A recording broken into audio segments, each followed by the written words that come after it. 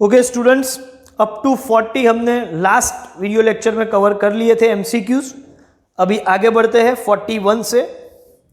How many types of one dimensional diagrams. One dimensional diagram में 4 type है। देखो diagrams देखा जाए तो डायग्राम्स की टाइप्स देखे तो 3 है, one dimensional, 2 dimensional and pictogram. लेकिन वन डायमेंशनल डायग्राम 4 है, bar diagram, multiple bar diagram, divided bar diagram and percentage divided bar diagram. 2 dimensional में 2 है, circle diagram and pie diagram. और पिक्टोग्राम का कोई अलग टाइप नहीं है, पिक्टोग्राम एक खुद अपना एक टाइप है और कुछ नहीं। तो ये याद रखो, अभी एमसीक्यूज देख लेते हैं। तो क्वेश्चन नंबर 41 है, how many types of one dimensional diagrams are they are of 4 types. Option होगा C. Pie diagram is of which type of diagram. Pie diagram कौन से टाइप का है? वो 2 डायमेंशनल डायग्राम है। तो ऑप्शन कौन सा है उसमें? 42 में option B. Bar diagram is of which type of diagram. Bar diagram तो ये 1 डायमेंशनल डायग्राम है और वो ऑप्शन ए है। Which of the following diagrams are used to represent सब डेटा ऑफ क्लासिफाइड इंफॉर्मेशन। सब डेटा की बात करें तो 1 डायमेंशनल में डिवाइडेड और परसेंटेज डिवाइडेड सब डेटा बताते हैं, और 2 डायमेंशनल में पाई डायग्राम आपको सब डेटा बताएगा। तो सब डेटा के लिए डिवाइडेड, परसेंटेज डिवाइडेड और पाई, ये 3 अवेलेबल है। यहां ऑप्शन में कौन सा है? पिक्टोग्राम नहीं, पाई चार्ट हाँ, बार डायग्राम हाँ। बार क्वेश्चन नंबर 44 की बात करते हैं, फिर से पढ़ता हूं। Which of the following diagrams is used to represent sub data of classified information. Bar diagram नहीं, divided bar diagram yes, multiple bar diagram नहीं कर सकते, पिक्टोग्राम नहीं कर सकते। इसका यह मतलब हुआ कि डिवाइडेड बार डायग्राम एक ऑप्शन है और वही ऑप्शन करेक्ट है, वो है ऑप्शन बी 44 के लिए। 45, अब ध्यान से देखो दोनों क्वेश्चन में क्या फर्क है।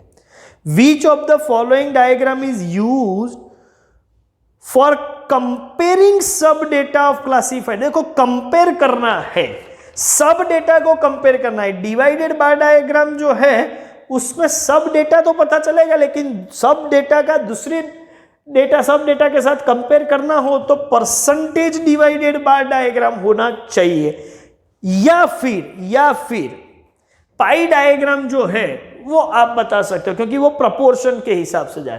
तो कंपैरिजन के लिए परसेंटेज डिवाइडेड या पाई डायग्राम, सब डेटा का कंपैरिजन के लिए ये 2 अवेलेबल है। ऑप्शन में कौन सा है? ऑप्शन में पिक्टोग्राम है, वो नहीं चलेगा। पाई है हाँ वो चलेगा, बार डायग्राम नहीं चलेगा। डिवाइडेड बार डायग्राम सब डेटा के लिए बराबर, लेकिन कंपैरिजन के लिए अवेलेबल नहीं है। तो एक ही आंसर बचा और वो है ऑप्शन बी, पाई डायग्राम। तो 45 और 46 ध्यान से समझिएगा। Look at 47। If the data according to different place, और you can say places, things और times, consist of several mutually related sub data on different components, then its diagrammatic presentation। देखो ये भी है और साथ में सब डेटा भी है, और सब डेटा है तो बार डायग्राम नहीं करेगा, मल्टीपल भी नहीं। हाँ सिंपल डिवाइडेड बार डायग्राम काम कर सकता है। ऑप्शन डी तो नन है, तो 47 का आंसर होगा सी। 48, when the volume of data is numerically large, which type of diagram is suitable to। Volume बहुत बड़ा है तो 1 डायमेंशन से काम नहीं चलेगा, तो वॉल्यूम इक्वल्स टू एरिया में प्रेजेंट करूंगा और वो 2 डायमेंशनल डायग्राम में जाएगा। तो ऑप्शन होगा B. What is the total volume of data in pie diagram. पूरे डेटा का टोटल वॉल्यूम क्या है? 360 डिग्री भाई, option D. 50, when the given data is presented in the form of pictogram, it is also known as। Pictogram का दूसरा नाम है isotype.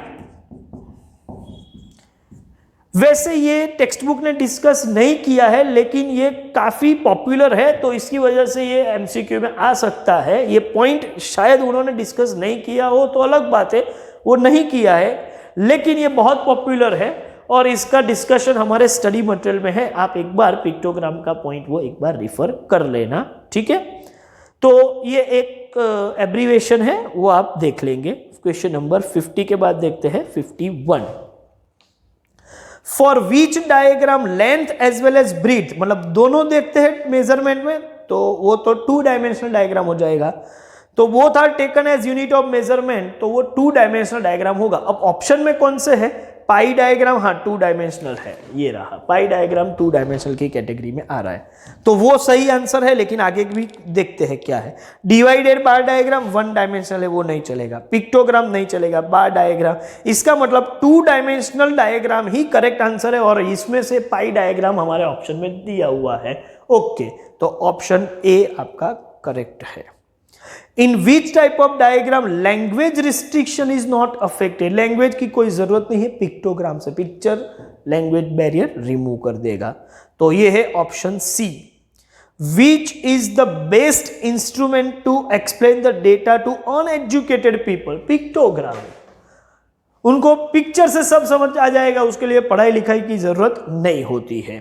तो अनएजुकेटेड लोगों को एक्सप्लेन करने के लिए बेस्ट टूल है पिक्टोग्राम, तो option C.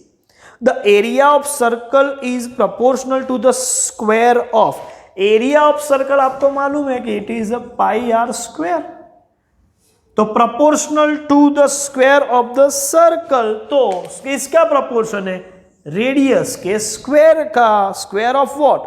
Square of its radius, तो ऑप्शन होगा सी। In percentage divided bar diagram, length of bar is taken as, हर बार 100% का लेंथ लेके चलेंगे, तो वो है ऑप्शन डी। और 56 last question, the most appropriate diagram to represent data relating to monthly expenditure of family on different item, मतलब expenditure का सब डेटा भी है और कंपोनेंट है, तो पाई डायग्राम बेस्ट रहेगा, बार डायग्राम, पिक्टोग्राम नन। ओके, तो ऑप्शन है ए, 56 का ए ऑप्शन है। तो यहां हमारे सभी एमसीक्यूज डिस्कस हो चुके हैं। अब आप लोग सेक्शन बी सी डी ये सब सॉल्व करना शुरू कर दो। एक सेक्शन बी, सेक्शन सी, आज डे 1 है ऐसा मान के चलो, तो डे 1 में क्या काम होगा, डे 2 में क्या काम होगा, उसका एक पूरा मैं शीट आपको दे दूंगा, ठीक है, आपके साथ शेयर करूंगा, उस हिसाब से आप खत्म करो। Take today is the day 1, तो डे 1 में कितना काम करना है, डे 2 में सेक्शन वाइज प्रैक्टिस में कितने क्वेश्चन कौन से डे पे करने हैं वो आप अपने हिसाब से डिटरमाइन कर लो। वो जो शीट में आपको दे वाला हूं उसका आप अपने हिसाब से प्रिंट आउट ले लो और डे 1 आपका जो हो वहां आज की तारीख लिख दो, ठीक है, और जो डे पे आप आज की तारीख लिख दो उसके बाद बाकी की सभी डेट्स आप अपने हिसाब से लिख के वो स्टडी मटेरियल के सभी सेक्शन वाइज क्वेश्चन की प्रैक्टिस खत्म कर दो, ठीक है। तो ये आपका होमवर्क रहेगा। जब तक आप सेक्शन वाइज प्रैक्टिस कर रहे हैं, बाय दैट टाइम हम एक नया चैप्टर शुरू कर देंगे और इसकी जो सेक्शन वाइज प्रैक्टिस की जो डिफिकल्टी है वो भी साइमल्टेनियसली सॉल्व करते रहेंगे। तो अभी मैं जो वीडियो लेक्चर्स आपको दूंगा वो नए चैप्टर के लिए होंगे, ठीक है। चलिए, तो आज का ये सेशन यहाँ खत्म करते हैं। Thank you very much.